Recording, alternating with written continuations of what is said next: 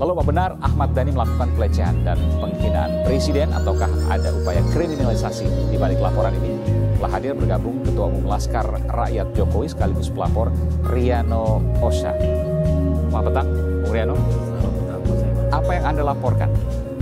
Ini atas desakan beberapa teman-teman yang menyaksikan di lapangan ketika saat aksi unjuk rasa tanggal 4 November yang lalu.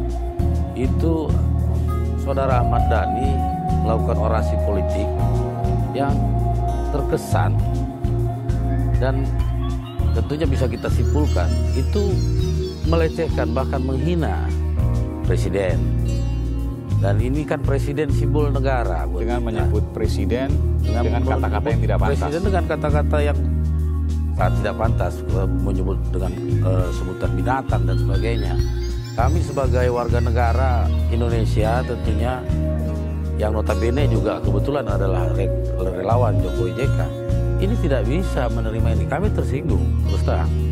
Saya kira kita harus punya kebanggaan dong, harus menghormati ini. Tapi ada dua catatan, Bung Riano.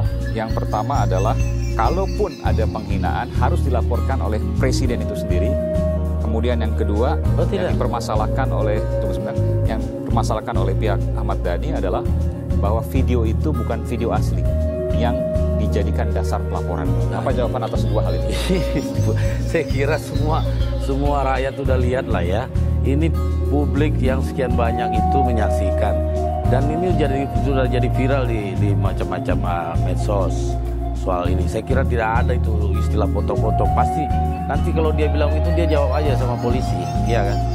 Saya melihat bahwa dia ini memanfaatkan justru unjuk rasa yang dilakukan dalam konteks memprotes soal ayat Al-Maidah yang dinistakan itu, yang berlangsung tertib dan damai itu dengan seperti itu.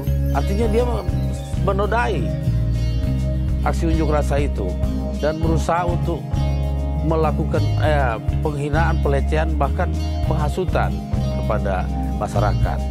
Saya kira ini semua juga kita lihat dengan kasat mata ya, bahwa dia sampaikan jelas itu.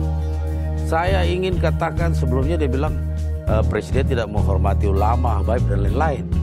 Kemudian dia sampaikan bahwa saya ingin katakan presiden anjing tapi tidak boleh. Jangan disebutkan. Sorry, ya.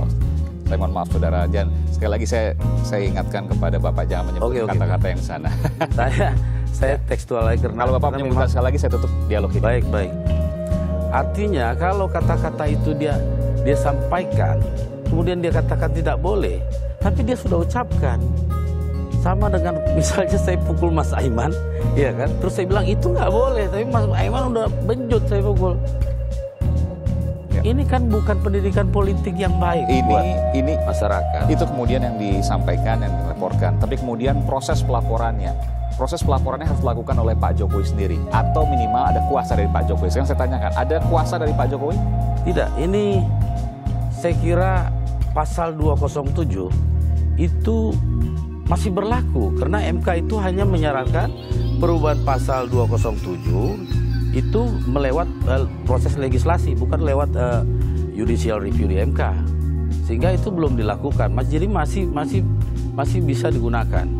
Jadi ya orang salah tafsir soal itu, yang di-drop bukan pasal 207. Kalau dia bilang begitu ya dia harus sampaikan menurut pemahaman dari Pak Riano dan teman-teman bahwa tidak harus Pak Jokowi. Tidak harus. Kan sudah dibatalkan oleh MK. Belum dibatalkan. Pasal penghinaan presiden sudah dibatalkan oleh MK. Adanya pasal penghinaan. Nah, pasal penghinaan itu atau pencemaran nama baik atau apapun itu delik aduan yang harus dilaporkan oleh yang bersangkutan atau minimal mendapatkan kuasa. Digugurkan. MK memutuskan tentang pasal 207. Pasal penghinaan presiden sudah dibatalkan oleh MK. Penghinaan presiden, tetapi ini bunyinya penghinaan terhadap penguasa atau badan hukum, ya kan?